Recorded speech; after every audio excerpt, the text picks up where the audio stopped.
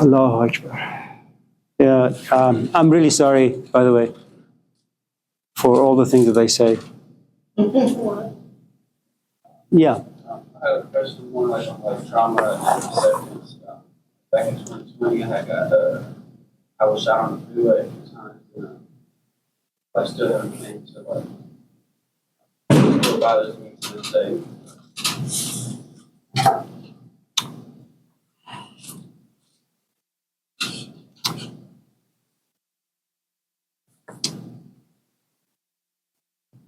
Imagine that I got married in my 20s, and I come from a culture where marriage is a big deal. You don't divorce. And you don't just marry the person, you marry their family.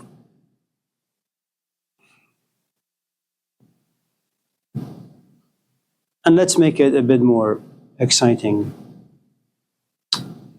In the course of 10 years of being married, we also have 2 kids or 3 kids.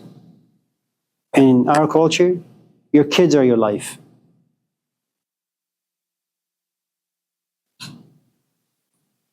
They're like the sun, you revolve around them.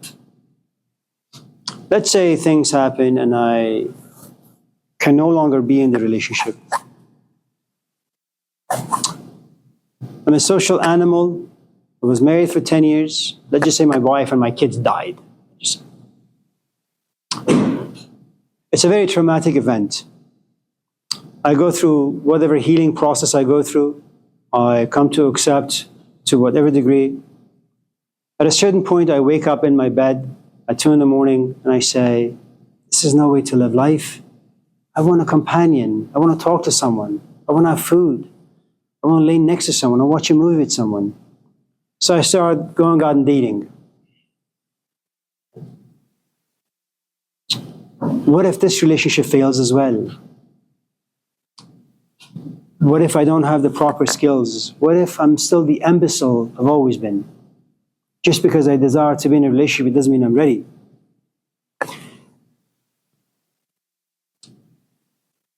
And I guess both of us have had these traumatic experiences. And your trauma and my trauma, what they tell us is that the world out there is dangerous. You can't trust the world out there. You can't trust the people closest to you. من از بیگانگان هرگز ننالم که با من هر چه کرد آن آشنا کرد. I'm not your friend, Jesus. I can't hurt you except to give you a bad grade. Your brother can hurt you. Your parents can hurt you. Your best friends can hurt you. Your companion can hurt you. They're closest to you. They know you really, really well. They can touch buttons that piss you off. I can't do that because I'm not very close to you. Strangers can never hurt you, but people close to you can. And without going into details or asking you quite detailed questions, let's just say you're just driving on the highway, minding your own business, listening to some wonderful music, dancing in the car, and some guy just happens to be crazy, starts shooting. You know, it's like all these stories that are coming out now from all sorts of places. You're sitting in the train, you're minding your own business, and some guy comes and stabs you. And they catch the guy, they say, why the hell did you stab all these people? I wanted to be famous. People are just nuts these days. And so the next time you get on the train, you're paranoid. You're fidgety. And the truth is, you have every right to be paranoid. You have every right to be scared. And don't listen to all these YouTube gurus who tell you fear is bad, fear is this, fear is that. They protect you, man. The more intense the trauma, the more paranoia it creates. But it is rooted in something that is very real.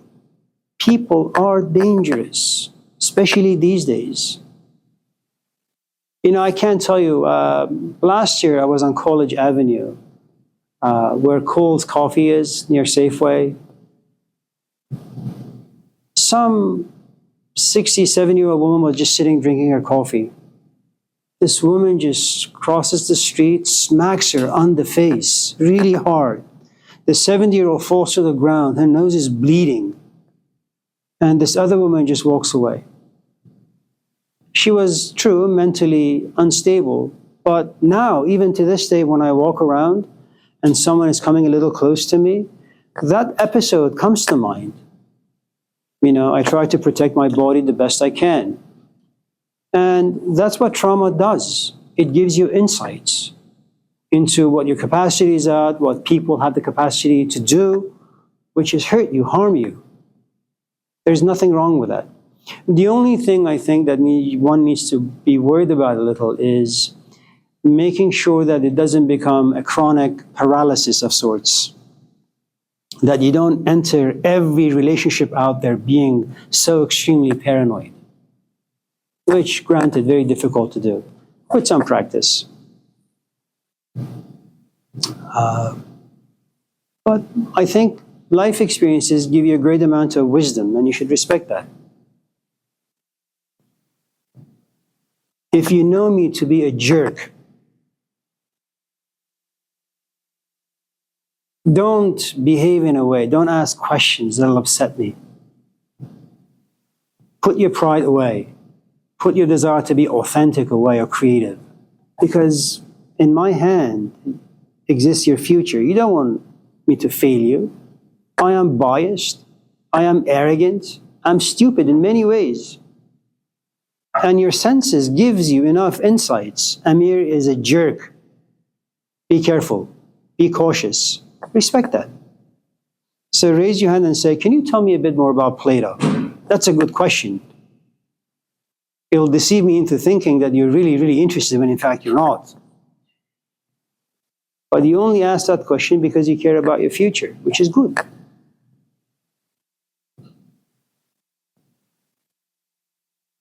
With all the shootings that are taking place on the highway, it's good that you're mindful and aware of your environment. It's great.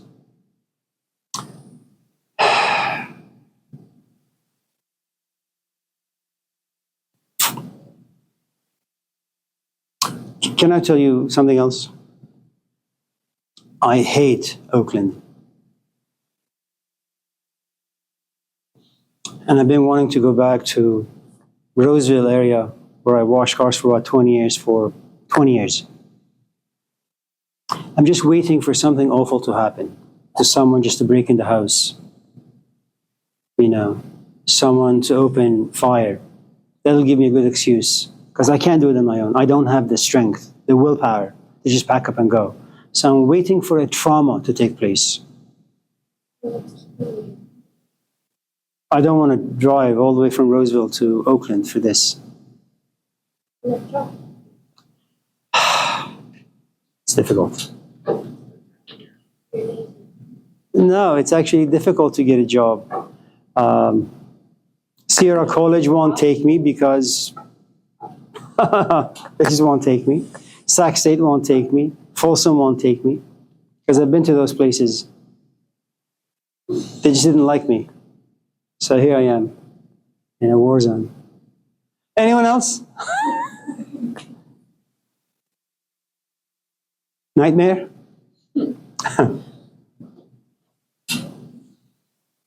Hello, Abi. How are you? Good, thank you. Abi?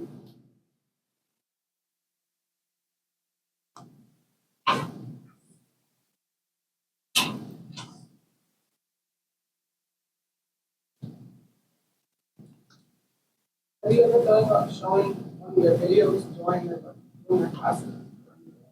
No, Not interested? no. It's something we talked about before in this class, I think. The only reason I YouTube the talks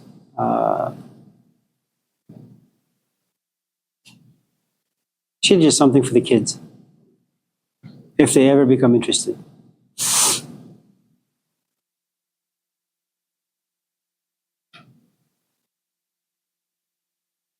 Yeah. Did you? No?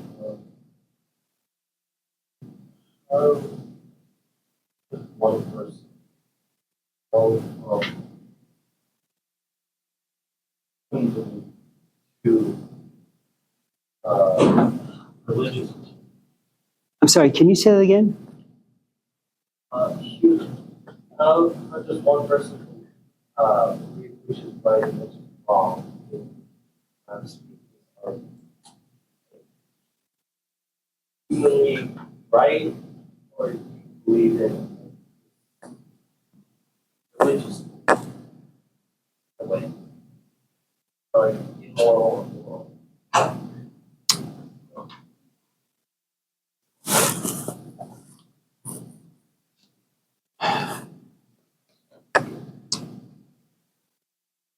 Initially, I think your parents are your gods.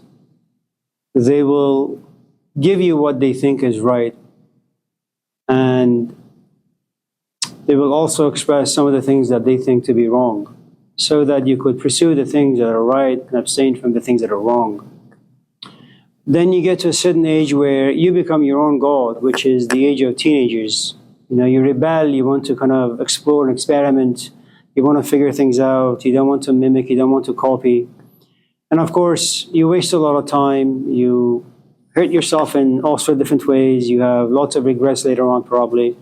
And of course, your parents are completely disappointed in you. And that's to some extent a new thing. It wasn't like this all the time, where you're an immigrant, you look at your parents and you say, I want to drop out of school. You know, life was tough, you do exactly what your parents demand of you, and that's it. So it's only been in the past, maybe last 50, 60 years, where the rebelliousness of kids has become so outrageous.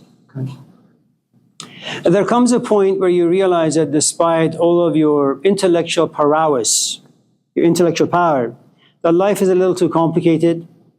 So instead of depending or relying on yourself and your own insights, you go to a therapist office, you read books, you attend church, you talk to your grandparents as a way of getting some insights about some of the dilemmas you're going through. And then there comes a point perhaps where, this idea of the kingdom of God being inside you, that you've had enough experiences and you've been able to process those experiences really, really well to understand them. Where you say, I don't need to read the Bible to figure things out. I'll just pay attention. I'll process the things I'm aware of. I'll try to understand to the best of my abilities, and then I'll make the right decision. Then you become your own man. You become your own Jesus Christ.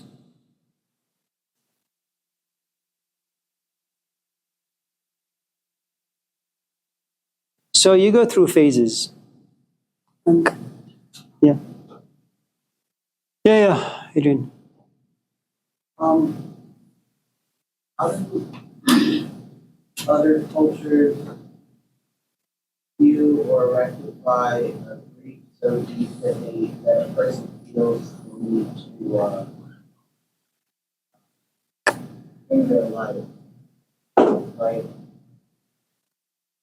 no one one lecture was talking about grief motivates you and it fuels you, or you learn from it. But what about a grief that is held from a young age that, or just so profound that I know in this culture, suicide is taboo. It's we have suicide, but then we also, in the case of terminal illness, we're allowed to euthanize ourselves or be euthanized.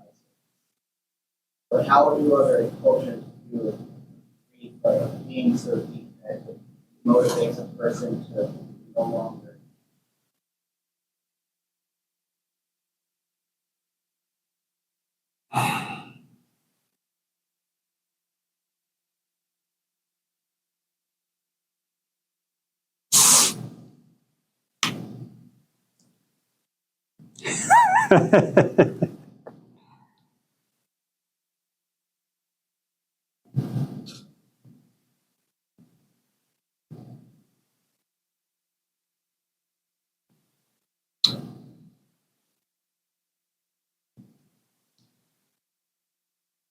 The most powerful component, Adrian, you have inside you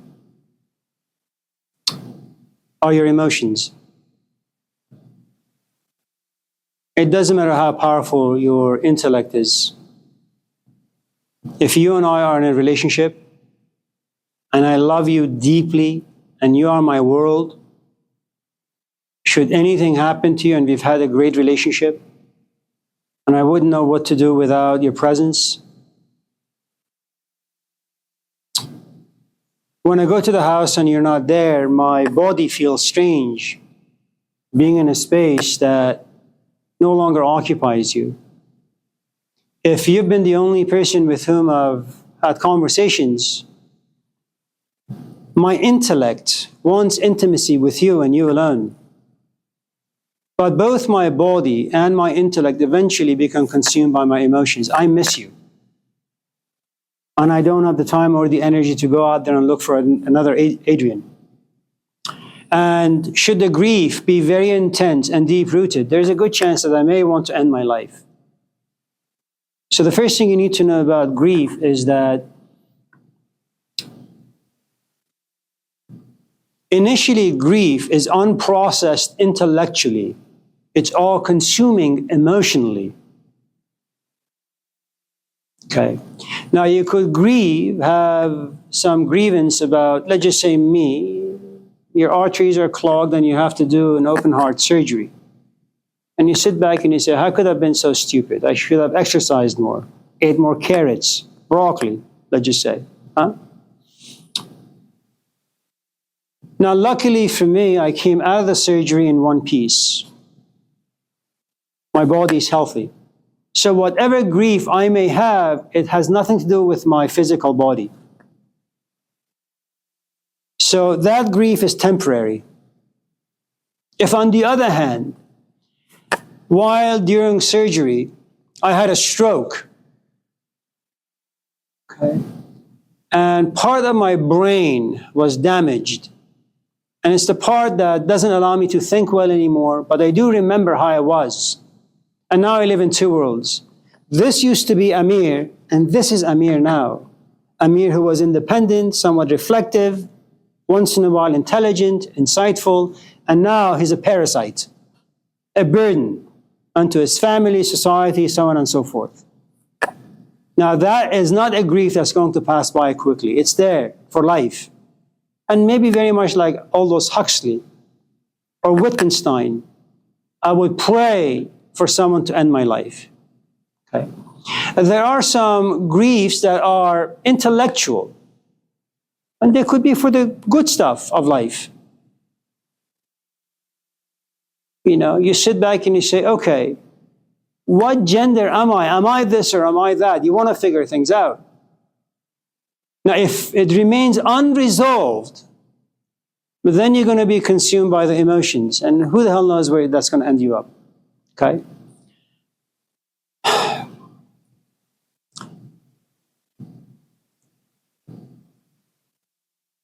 I think if you can overcome the sickness of your physical body, and if you can overcome the sickness of your intellectual body, then the griefs are going to be short-lived. If on the other hand, you have an intimacy with something physical or intellectual that creates a good amount of intense emotions, and they remain unresolved, it's like a trauma, then there's a good chance that, and let me also add the fact that some temperaments lean towards suicide, at least the thought of suicide quite often. You know, and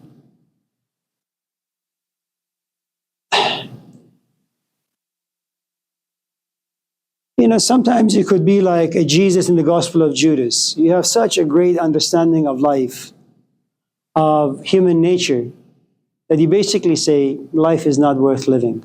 You could be like a Socrates. And it is true that from one perspective, you look at Socrates and say, that's a brave man who walked towards his death in a very courageous way. But the truth is, there's a good amount of despair behind that bravery. He doesn't find anything valuable in life. You know, that's a huge grief to be consumed by.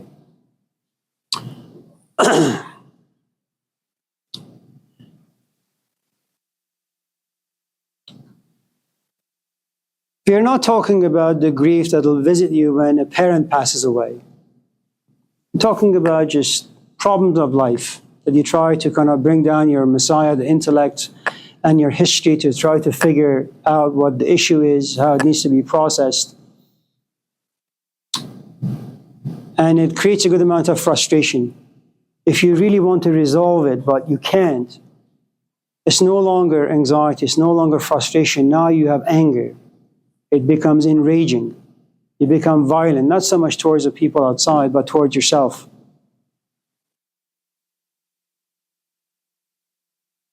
So,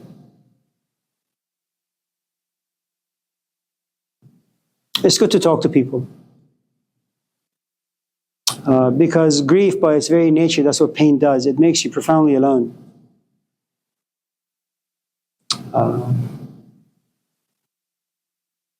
And you need people just to vent.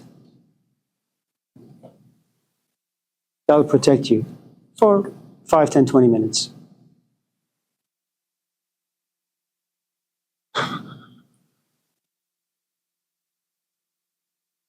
Anyone else before we...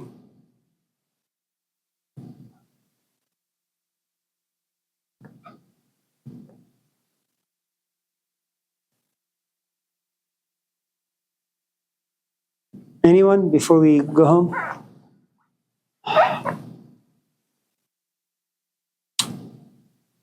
As you know, next week will be our last week.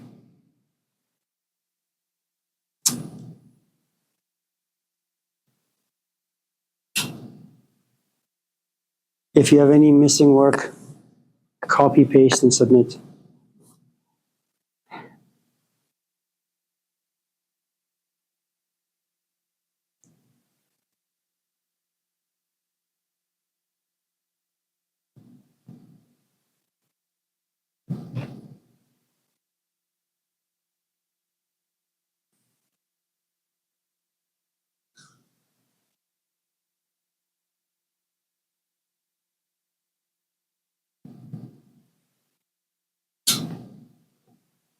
You know, Adrian, some people, some temperaments, have this very strange tendency that even though everything about their life is going well, they'll destroy it. They very intentionally, it's something that Freud talked about as well. You and I are in a great relationship. There's nothing wrong. But you've always been restless. And even though things are going well between the two of us, every time you come home and you look at me, I create an image of you inside you that you don't like, a set of feelings, and you don't know why. And what you'll do is you'll suicide in the sense that you will try to destroy our relationship for some strange reason. And you'll just walk into the forest, only to realize you don't do well alone. You come back to society and you create another relationship only to realize you don't want it anymore. Some people have that tendency. Yeah. Some people do, from my path of life and my experience with meetings, personally experiencing suicide. So, isn't that kind of like the lecture about the prodigal son, or even the off the top of the video, that emptiness, that longing, that lacking a spiritual or a higher power motivation for whatever reason, even in a relationship so well, they still don't have that within them. And so that self-sabotage, whether that be, you can take suicide and replace it with drinking or promiscuous sex or risky sex or whatever the vice is. That's how they're going to self-sabotage, because it's still that longing, that lack of higher calling or a higher resolve within them that fuels them to find that and reflect themselves. So instead, they take that easy. they go towards that easy advice. So I don't know. I guess what I'm saying is maybe everyone has that temperament to a degree, or not everyone is that prodigal son that expresses. We just express them in various ways. Sure. Yeah. Yeah. I mean, you bring up a really interesting point. What if the prodigal son didn't have the courage to go back to his father and just felt this utter emptiness and hopelessness and the feeling that he betrayed his community, his father, his brother? What if the feeling was so intense that he just grabbed the knife and just slit his throat? It's a thing to think about. Luckily for him, and I suppose the message in the story, in some strange way, is that regardless of how bad life could be, if you have someone in your life that could potentially care for you, go back to the person. That becomes your shelter. Sure. Sorry, because it also just made me think of, I don't know if you've seen Black Panther, Yeah. and Have you seen Bluey? The last what? Yeah, Bluey. My kids are so much older now. I have a grandkid, so I'm getting there. Oh man, you should. I keep hearing about The last two episodes.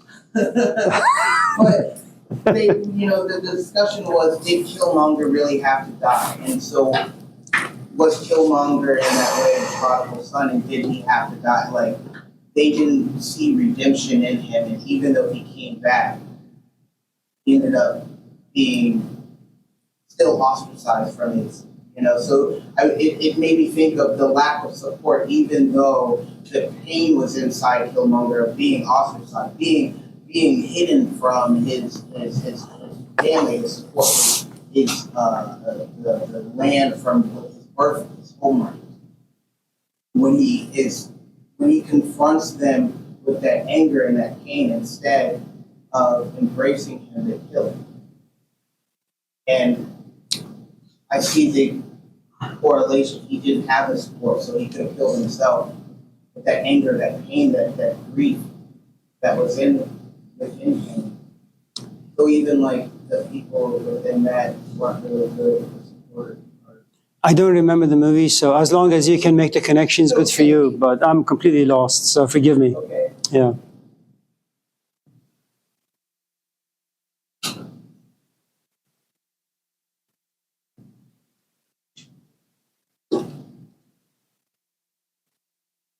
Yeah. You mentioned how people like self-sabotage.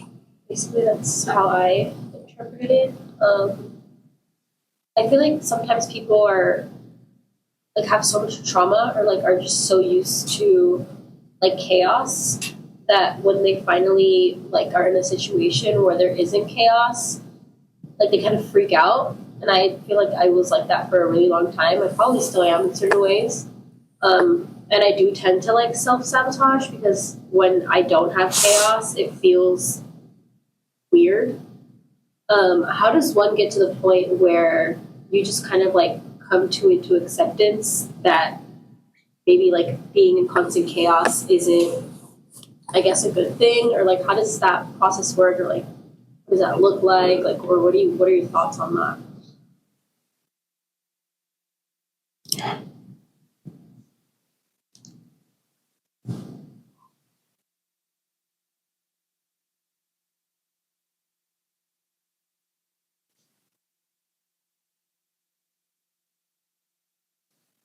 I have a friend who's been depressed for a long time. It's like the major highway in her brain. And her life from the age 3 onwards, it's always been chaotic. And she's now 50. That's the only road she knows to travel. Once in a while, there are exits. A man enters into her life, or there's an environment that provides her some rest, some stability. But it goes so much against her history that she will do without perhaps knowing or even wanting, she'll destroy it. I don't really know what the solution is to be honest. It really depends on how long you've had that particular addiction or habit.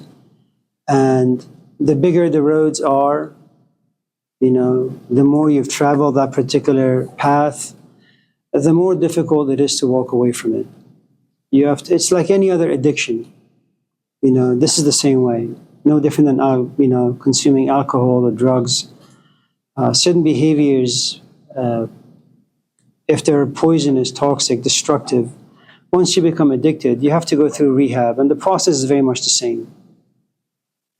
So I suppose the best answer I can give you is just read a pamphlet about the AA program. And the truth is, that pamphlet can speak about all sorts of addictions, not just about alcohol, any kind of addiction. And it's just a process. It's the longer you've been on that particular path, the longer it's going to take you to, get off. And I suppose if you had this tendency to sabotage things, if you and I were to date, for example, the best thing perhaps you could tell me the first night is, Amir, I will love you and you will love me and I will leave you because I wouldn't know what to do in a relationship. Yeah, but I feel like there are people that don't care about that, they'll still. If you have enough information about yourself that I will fall in love with you and that eventually you will hurt me, it's something you'll just say. Or you'll say in a very subtle way. And just be honest and straightforward about it. You can't, but I have to figure those things out. It's good to see all of you. Take care of yourself. Have a nice weekend. To your parents, I said hello. See you next week. Don't work too hard. You too. Thank you. Thank you. Thank you. Thank you.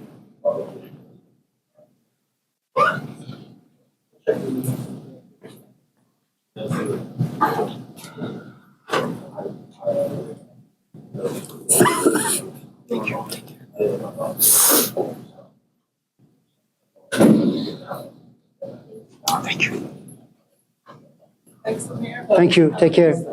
You too. Thank you.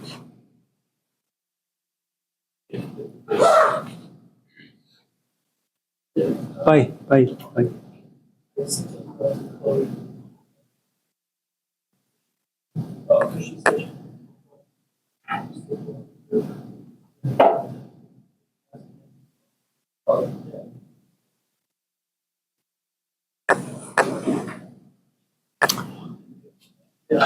You're well? All of you in that corner? Good. Good so far. Thank you.